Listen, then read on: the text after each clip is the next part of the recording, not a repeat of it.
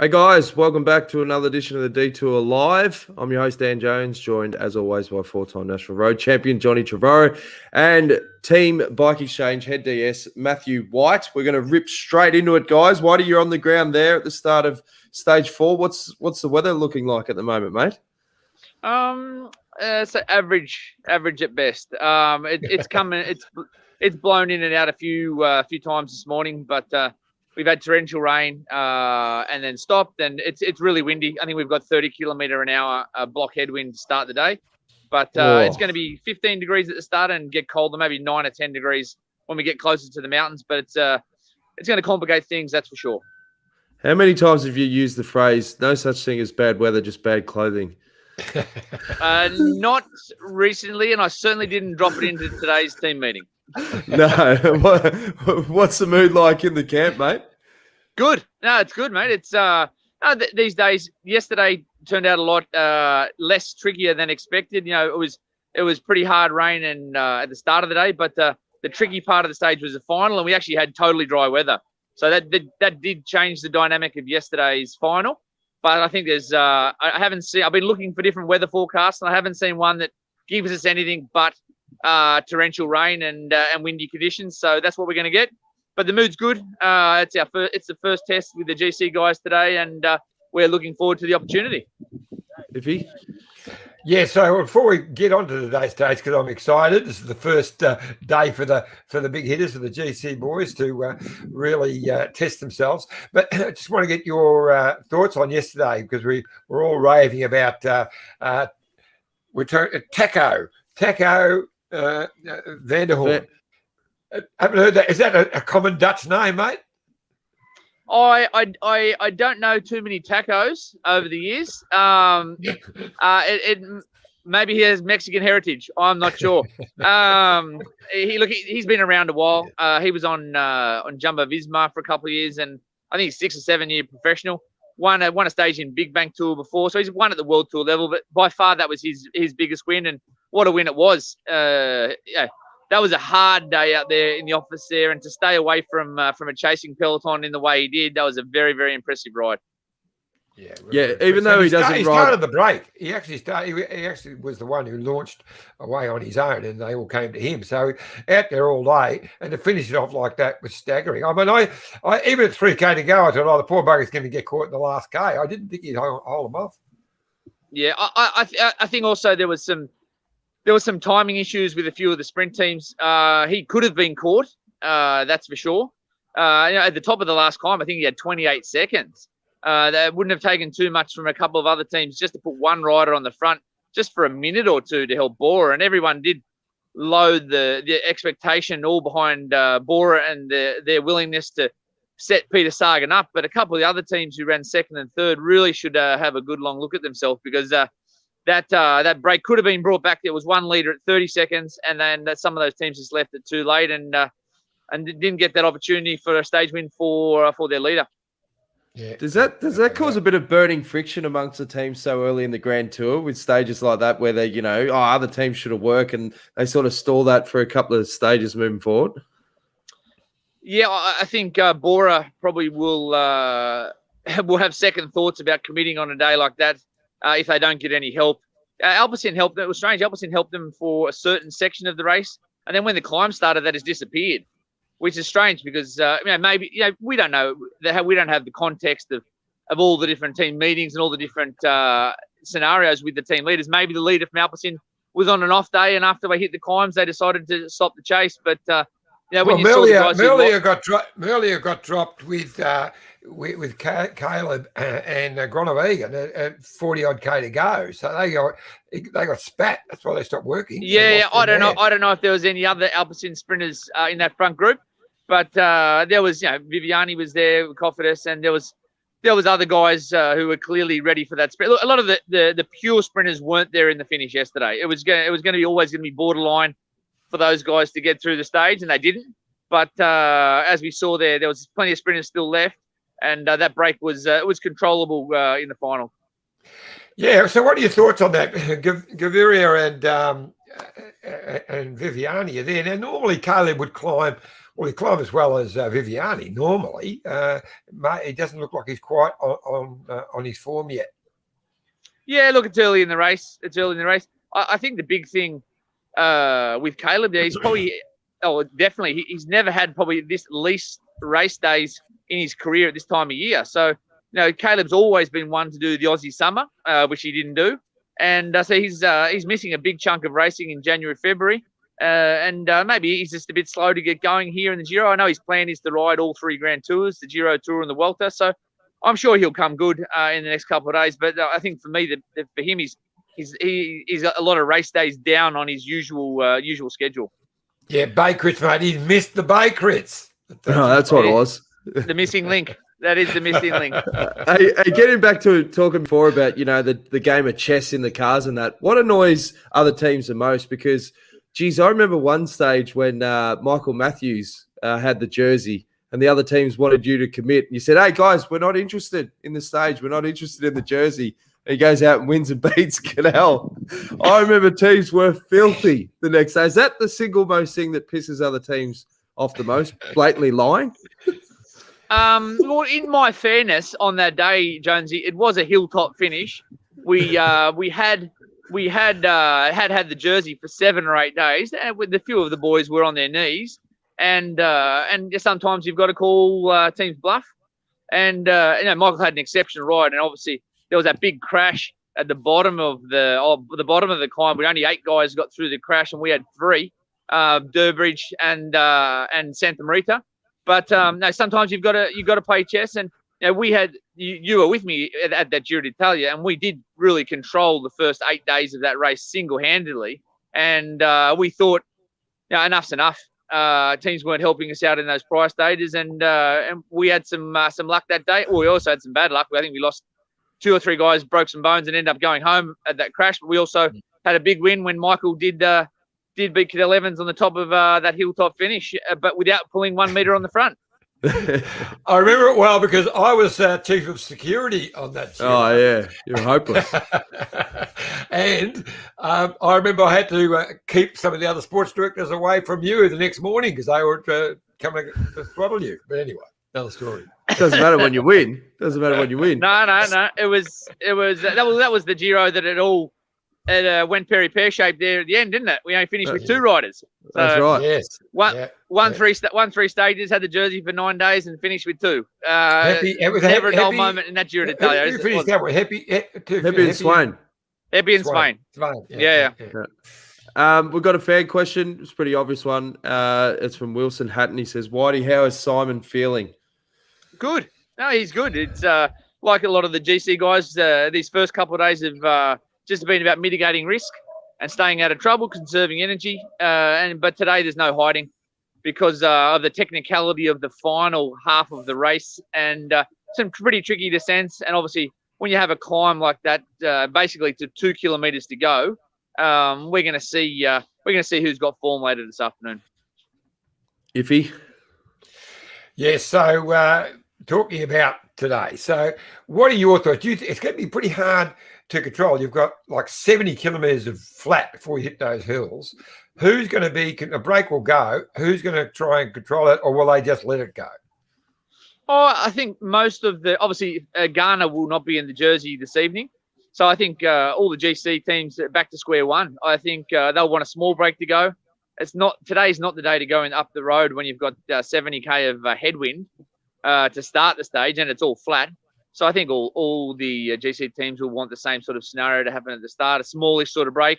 And then there'll be probably a bit of a Mexican standoff there to who is going to control the middle part of the race. And I wouldn't be surprised to see Quickstep take it up today and try to put Evenepoel in the jersey. He's pretty close.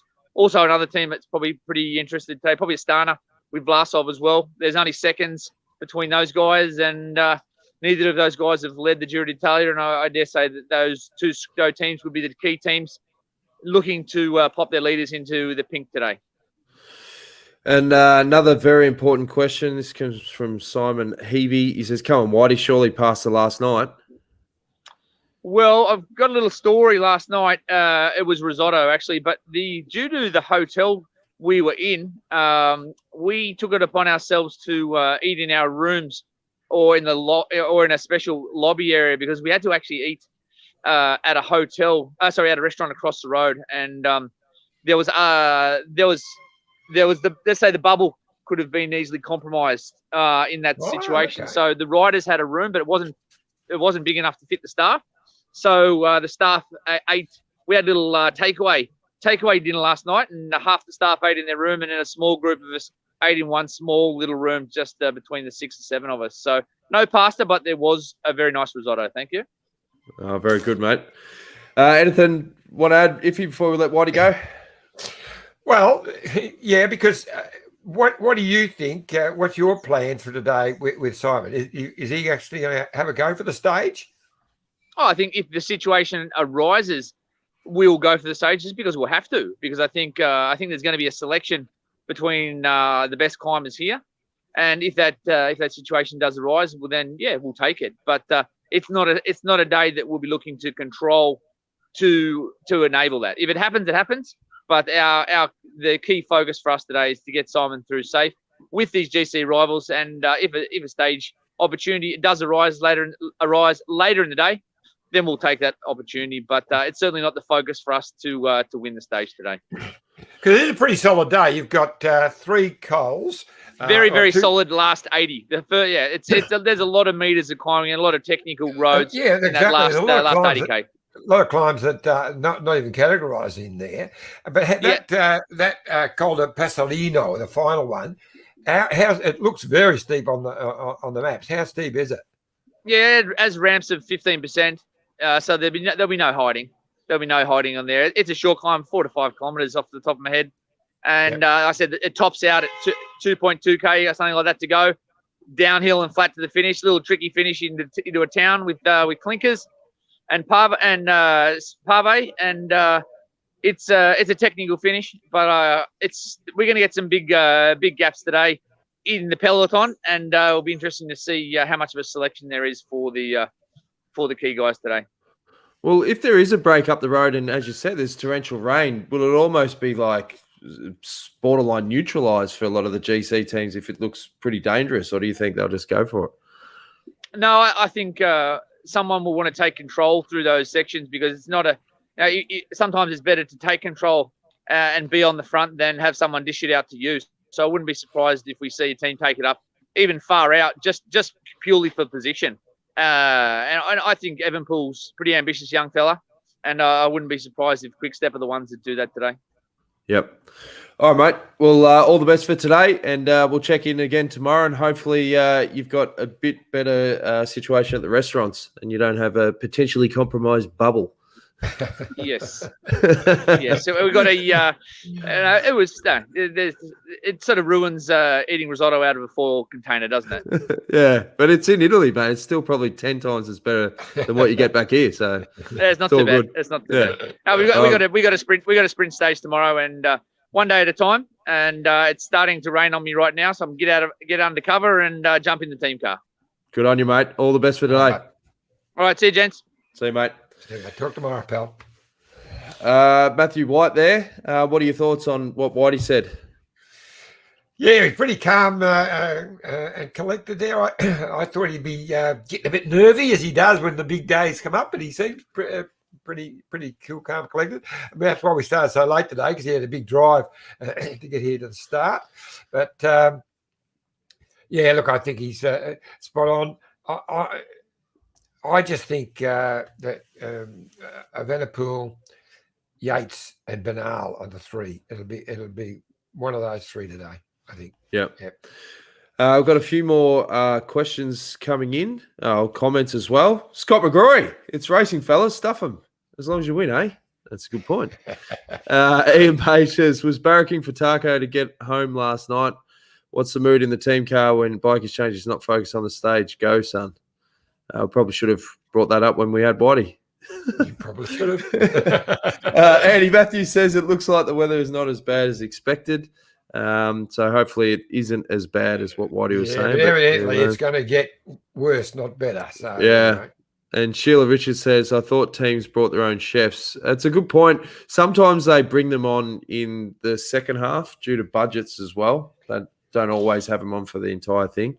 So they might be doing Italy, the same thing. In the Tour de France, they always have their own chef for the whole tour.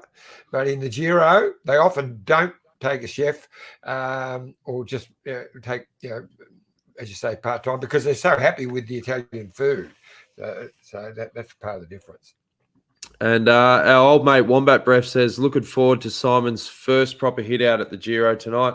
Gents, any guesses as to when we might see the first head-to-head for Simon and Adam, maybe in the Vuelta? I reckon it'll be the Vuelta. I reckon you're spot on.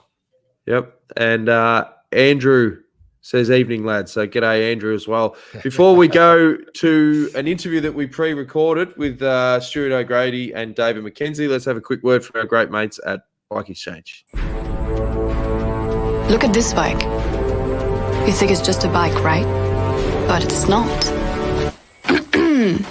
It's a bike 374 people are looking at. This guy, this girl, them, all looking at it. People from here, there, and wherever this is.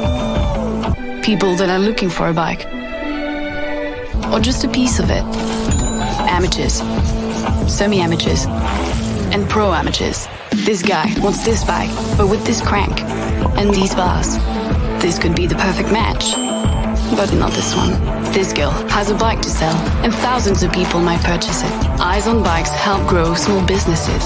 His, hers, yours, and the latest data and insights help those businesses keep moving. We are the world's #1 bike marketplace, with over 500,000 products and 900 brands, where buyers and sellers are brought together in a place where a bike is never just a bike. BikeExchange, where the world buys, sells, learns, and rides. Thanks again to our great mates at BikeExchange, Iffy. While we're talking BikeExchange, I better throw in that there's a big sale on. So for all of our Victorian listeners, even interstate, might be worth jumping on a plane. On Saturday, at BikeExchange head office, they're having a continuation of the big sale that they've been having of the Green Edge excess stock.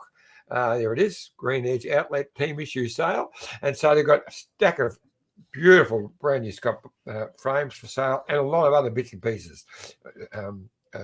Scott shoes, sunglasses, the beautiful Synchro handlebars and integrated handlebars and stems. Fantastic stuff. So get in there, it's 10 o'clock, Buckhurst Street, South Melbourne, or jump on the BikeExchange website and get the exact address. But bargains galore. All right. Guaranteed from Iffy himself. Now, as we mentioned earlier, we caught up with Stuart O'Grady and Dave McKenzie, and this is part 1 of the interview. Well, Iffy, we're joined by none other than Stuart O'Grady, race director for Tour Down Under, and Dave McKenzie, who's doing a stellar job with the commentary for SBS and the SBS Zwift Cycling Central podcast. Fellas, I'll start with you, Macca. Geez, all the memories must have been flooding back when Taco crossed the line overnight, mate. Yeah, absolutely, Dan. Yeah, look, wasn't it a beautiful victory? And I think it doesn't matter where you sat in the cycling peloton throughout your career, or even as a fan or someone who works in the sport, but it was just a beautiful victory. And I don't think there was anyone that was unhappy that this guy won, Taco Van der Hoorn. Probably maybe the guy who finished second on the stage was a little bit upset, but other than that, wasn't it just great? We all love to see an underdog victory. And for me, it was, it took me back a little bit, but I feel really privileged that obviously I got to ride up one Giro and then obviously win a stage, but to be able to commentate it last night and really enjoy it, it was sensational. It was such a good stage, wasn't it? Well, Mac, I do remember your stage victory really well, and yours was a little bit different to that. You were away alone for just about the whole day, whereas Taco had 7 guys helping him. Come on. Well, exactly. Yours was alone, but it was interesting. Here we go. This is crossing the line. Solo. Oh, vintage day helmet. Love it. That's VHS. Did you grab that off a VHS tape or I just pirated it off YouTube, mate. Back to the old days. Most of my career's in VHS. I think the best, we ran this obviously last year for the Giro on the rest day, and the best is the celebration from the guy at the finish line. He was a tad excited. Yeah, John Deering was our press officer. He almost rugby tackled me off. Chelsea had won, I think, the FA Cup final that afternoon, so he had his blue Chelsea shirt on. Here he is. Yeah, that was the most nervous I've been on stage after I crossed the line, actually. Hey, can I just say something, because it's actually quite amazing that we've got you here, Stewie. We were living in Toulouse, my wife and I, Susan, and we'd sort of moved down there because a lot of the Aussies had congregated down there. Stewie was one of those, and Jay Sweet, who was a good mate of mine at the time. And Stewie rang up Susan, my wife, I think a day or two later, and said, "Hey, come on, I'm going to come and pick you up. We're going to get you over for lunch or dinner and celebrate Dave's victory." And because she was on her own. And so you don't forget that sort of stuff, Stewie, but it was really nice. And, it was a victory for the Aussies. We're all riding on separate teams, but all the Aussies, you feel like you have a victory when another Australian wins wherever they are racing in the world, Oh, absolutely. I mean, I think we created a little community down there in Toulouse, and it was good that everyone kind of, pretty much any English-speaking person was welcome to come down to Toulouse and be a part of a pretty raging training group, and then, come and enjoy a barbecue after. So, any time an Australian succeeded, it didn't matter if it was on the grand stage or just on a domestic race. We all kind of got around each other and supported each other, because there was no family or friends to come and pat you on the back. There was no, giving mum and dad a hug, or, they were normally in a different time zone on a different hemisphere. So we really had to support each other, and it was fantastic. I mean, I'll never forget that win, Macca, as well. I mean, that was one of the good early ones, that's for sure. Well, one-hit wonder. Oh, mate, doesn't matter. They all count, and you're a part of many special occasions and many team wins, and you're a major player, a part of many other things. So it's always good for the nice guys to get a win up. That's for sure. Well, you won one stage, Macca. How many stages did you win, Stewie, at the Giro? Oh, 0, I think. I don't know. Oh, there you go. Here we go. All right. I think we're done here. Thanks, guys. Hey, I've got to say, I've got the fondest memories of that house of yours in Toulouse. Stuart, La Basse-Solez was the little name of a little town. Remember that? Yeah. Yep. And because it was like a bit of Australia. It was like an Aussie house, not a French house. It had a big yard, a big pool. And we had, during the tour, wherever near Toulouse, we always stayed at your place. And I can remember Langy stayed in your bedroom, because you were in a hotel somewhere else, and you can remember in your spare room, sorry, and you remember all the jerseys everywhere. Not in your bedroom, sorry. Yeah. But I remember he was surrounded by all your jerseys, and he was wrapped. But I remember one big barbecue there, and you were racing in the tour, and you got special permission. You were allowed to come and join us for 15 minutes, because we had a big mob there. And I think about 3 hours later, whoever the guy dragged you out of that barbecue. So, I was very proud of you. Yeah, and I had to try and get Emery to leave you guys out there about 3 days later, I think. Good times. Those special times in our lives, weren't they? They were great days. Yeah, hey, a lot of people talk about current cycling, how it's just raced differently now, and the Giro was so old school, and guys like Chippo controlled the bunch. How was that allowed to happen, Stewie, back in those days? Was he just like an intimidating cat? Well, it wasn't allowed to happen. That's just how it happened. Right. There was someone before Chippo, and probably someone before that person that controlled the bunch. I mean, I think back then it was just a very different style of racing. I think that there's one main connected to that whole issue, is that the live television didn't used to come on to the start. So, it might have been a 220, 240 kilometre stage. The live TV globally wouldn't come on for probably about the last 140, 150K. So until the cameras came out, certainly back in my first Giro, everyone just rolled along and, chatted, and you're actually putting on weight for the first 100K. Well, that's how it felt. But then the final last 150K was just warp speed. Obviously now with more of the live feed and the more, I guess, global commercialization of the sport and the publicity and the sponsors, there's a lot more importance in, getting a rider in those early breaks. I mean, for a lot of the right teams there that haven't got, exactly like last night, they haven't got a superstar, they haven't got a big name, they haven't got a GC contender. Every minute on television that's getting broadcast around the world is that's what the sponsor wants. That's all they're asking for, is their guys to go out there, and guys and girls, and get their name in front of the screens and get talked about. And not only did he do that, but then he went on to win it. So back then it was very different. Guys like Chippo just kind of took control and went, no, you're not attacking, and that's how it was. I mean, he kind of got yelled at, and otherwise he'd come up and whack you on the back of the head.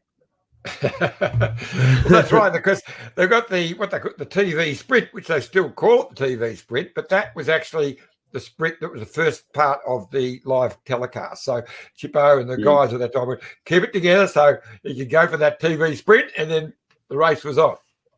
Yeah, he was very controlling back then, and that's just how it was. And obviously things changed. You still have someone that kind of drives the bus, as they call it. I'm not sure if Bernie Eisel was still doing that, or I'm pretty sure he's retired now, hasn't he? Surely.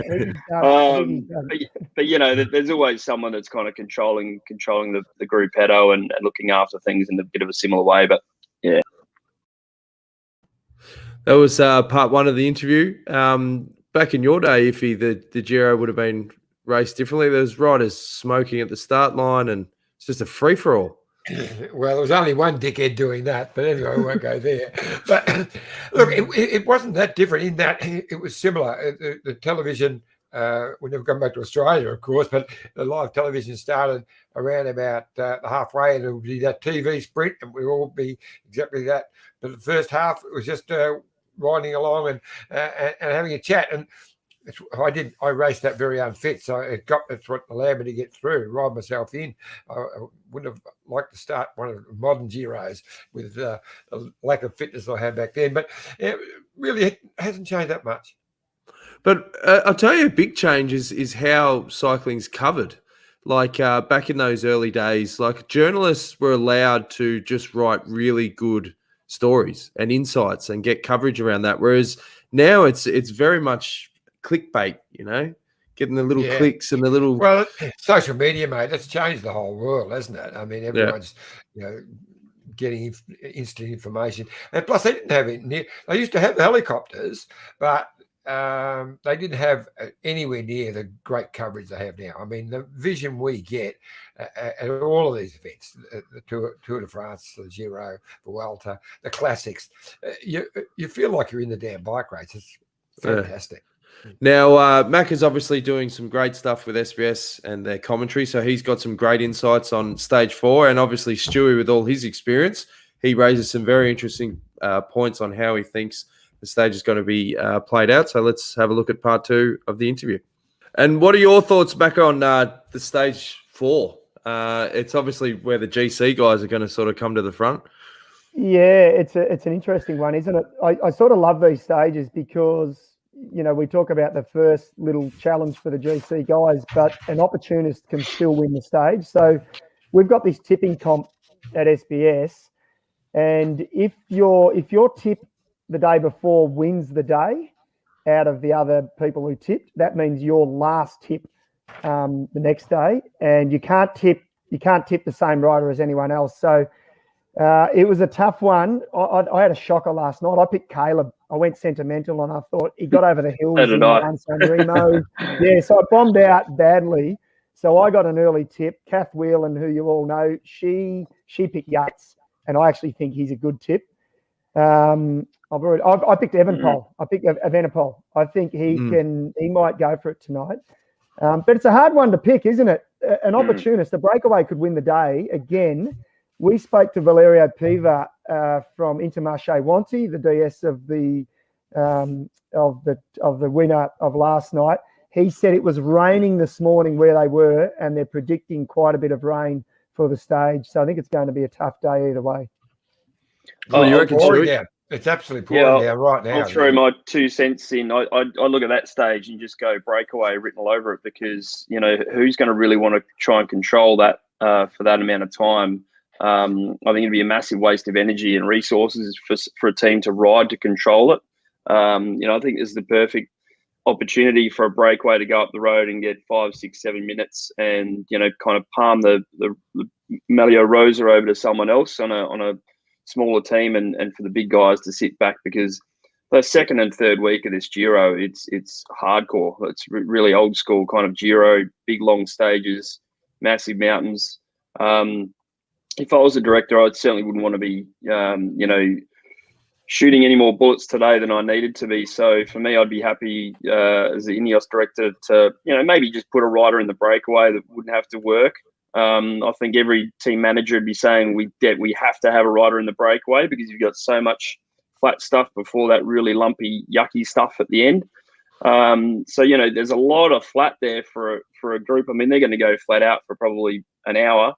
But then who's going to really want to ride and control that for the sake of one stage? I'm not sure. I'm going to go for the big breakaway day.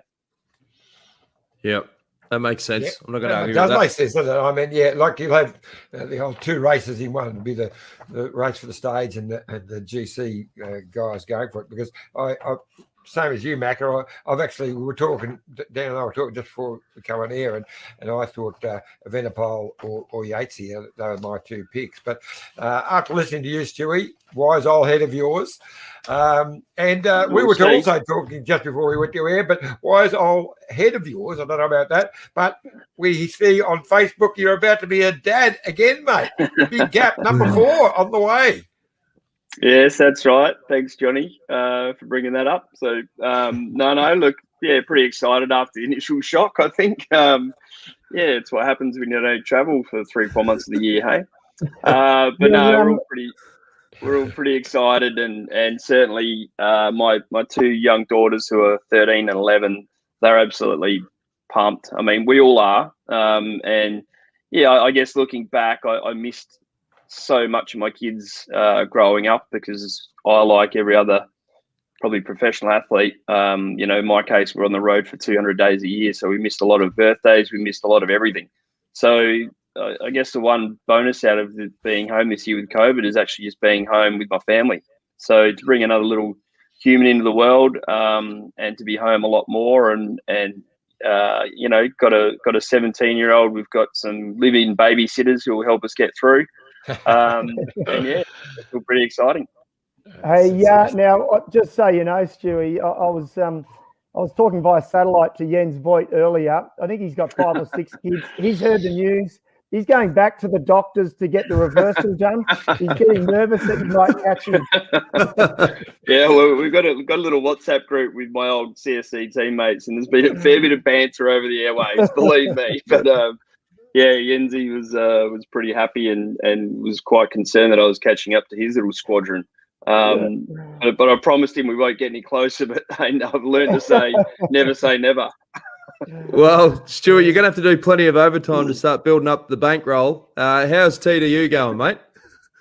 Yeah, look, we're all we're just continually planning and you know, hoping that the world gets back to, I won't call it normality because it's not going to be normal for many years, but to a point where, you know, international travel and the COVID vaccine rollout has taken place a bit better, and the technology with the testing is improving, you know, week by week. So at the moment, I'm just busy planning for 2022, designing the best possible race I can, and yeah, we're just going to aim for that.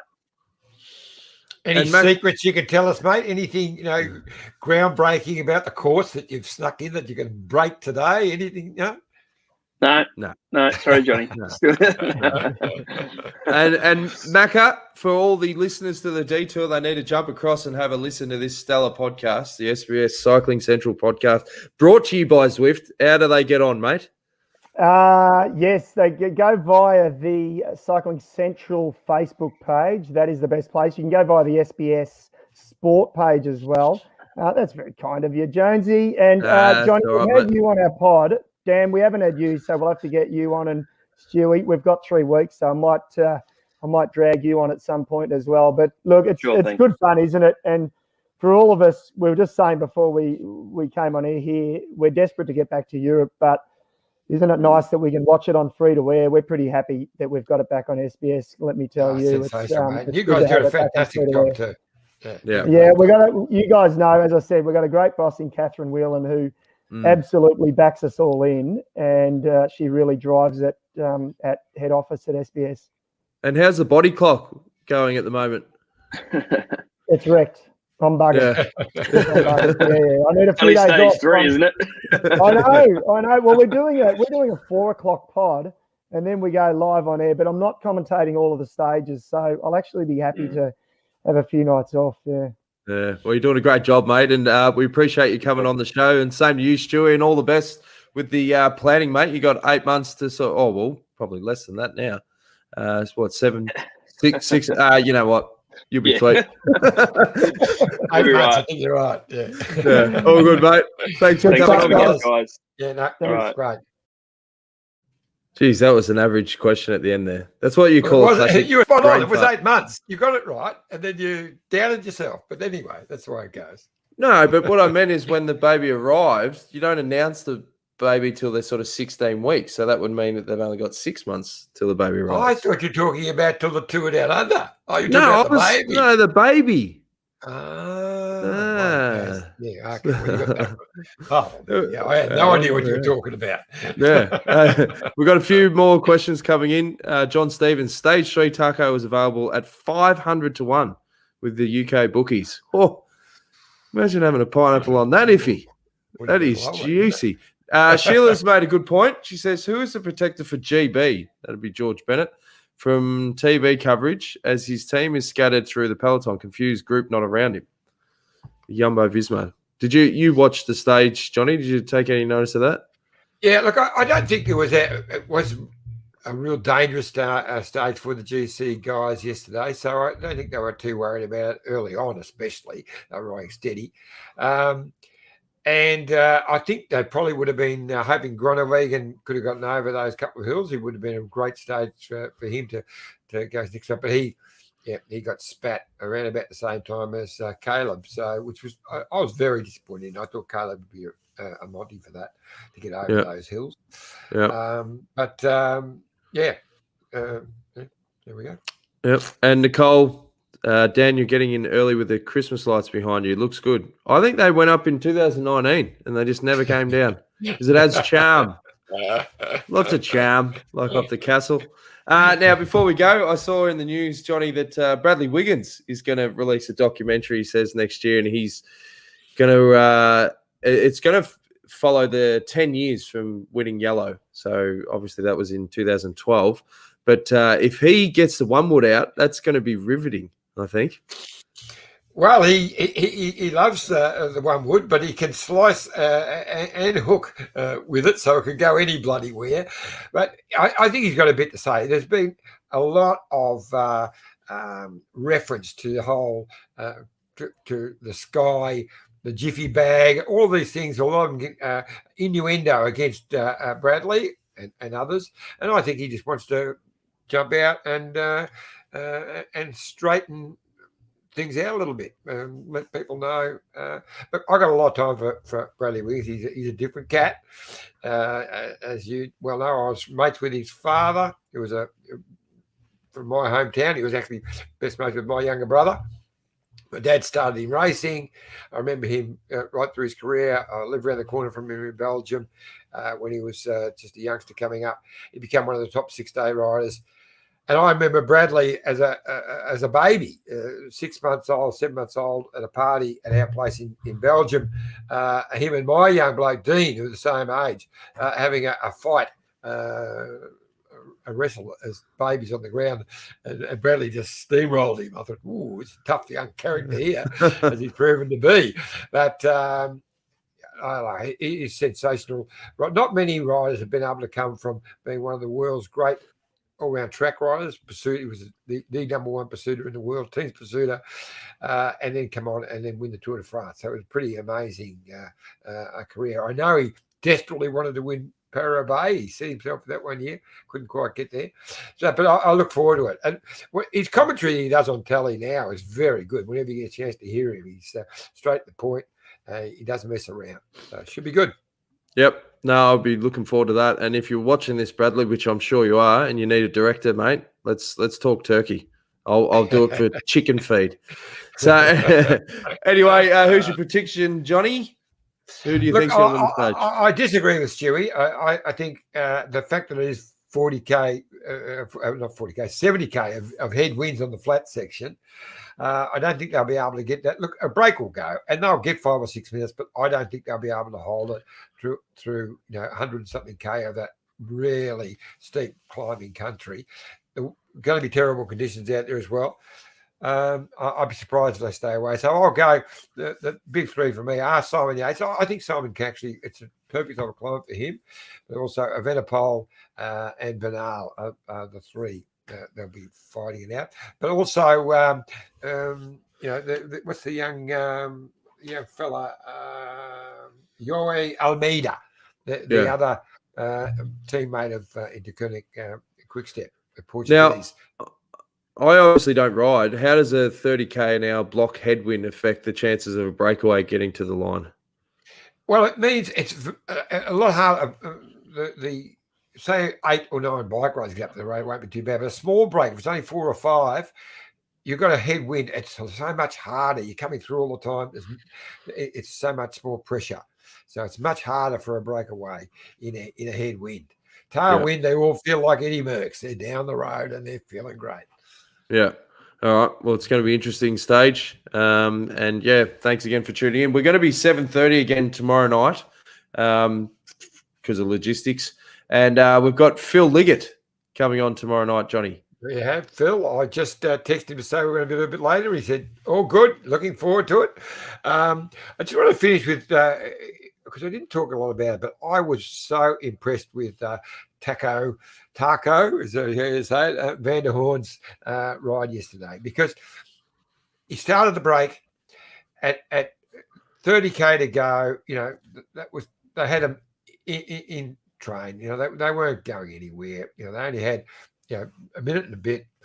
At 10K to go, down to 30 seconds, he went alone at 5K to go, and there was no way he was going to hold him off, with Bora screaming down to close it for Sagan, but they couldn't do it. It was an impressive effort after being out there all day to do that. Hats off to Taco. Do you think you could go back to Baker and make it Taco Tuesdays? Someone's already come up with that one. Yeah, exactly. Yeah, that's average. Ching. Yeah. All right. Real average way to finish the show. Anyway. Sometimes, as they say in the classics, sometimes the bull wins. This is the winning ride of the Tour de France.